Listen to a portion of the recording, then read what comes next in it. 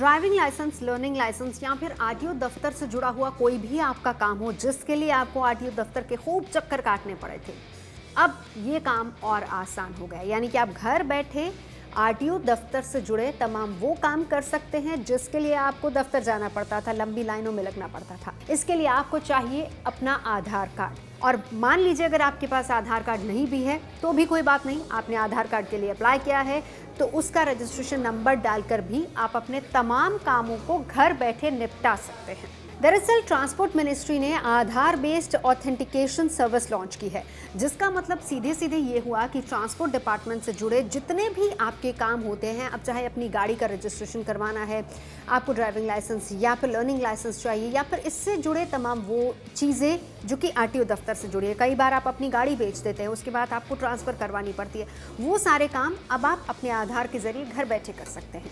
यानी अब ये सारी सर्विसेज भारत सरकार के उस ट्रांसपोर्ट पोर्टल पर आपके लिए उपलब्ध होंगी। तो चलिए आपको बताते हैं कि ट्रांसपोर्ट पोर्टल पर जाकर आप कौन कौन सी सर्विसेज अवेल कर सकते हैं। तो कुल मिलाकर 18 ऐसी सर्विसेज हैं जिनको आप इस पोर्टल पर जाकर अवेल कर सकते हैं, जिसमें लर्निंग लाइसेंस है, ड्राइविंग लाइसेंस का रिन्यूअल है, डुप्लीकेट ड्राइविंग लाइसेंस बनवाना है, ड्राइविंग लाइसेंस पर पता बदलवाना है तब भी आप इस पोर्टल पर जा सकते हैं, इंटरनेशनल ड्राइविंग परमिट अगर आपको लेना है तो भी आप अपने आधार के जरिए इस पोर्टल पर जाकर वो परमिट ले सकते हैं। इसके अलावा किसी भी तरह के वाहन को अगर आपने अपने लाइसेंस से हटवाना है तो वो भी काम यहाँ से हो सकता है, वाहन का टेम्पररी रजिस्ट्रेशन करवाना है वो भी हो सकता है। तो पूरी तरह से बनी बॉडी के वाहन का रजिस्ट्रेशन, जैसे कि ट्रक, बस का 2 बार रजिस्ट्रेशन होता है, एक बार बिना बॉडी के सिर्फ चेसी का और फिर बॉडी लगवाने का। अब चेसी लगने के बाद वाला रजिस्ट्रेशन भी आप ऑनलाइन करवा सकते हैं। इसके अलावा डुप्लीकेट रजिस्ट्रेशन सर्टिफिकेट अब आप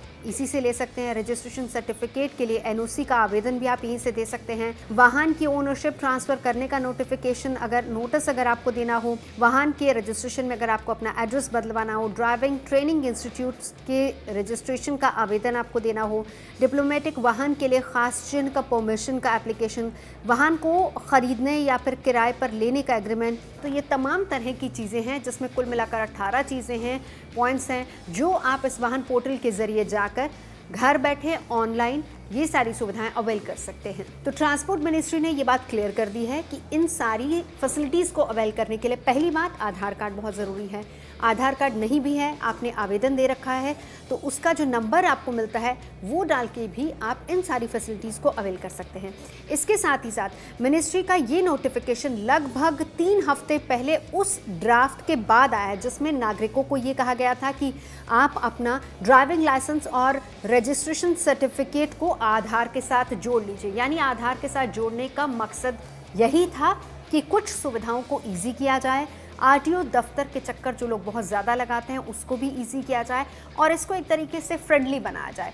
तो यही एक मकसद था जिसके ज़रिए इन तमाम सुविधाओं को आपके लिए ट्रांसपोर्ट मिनिस्ट्री लेकर आई है।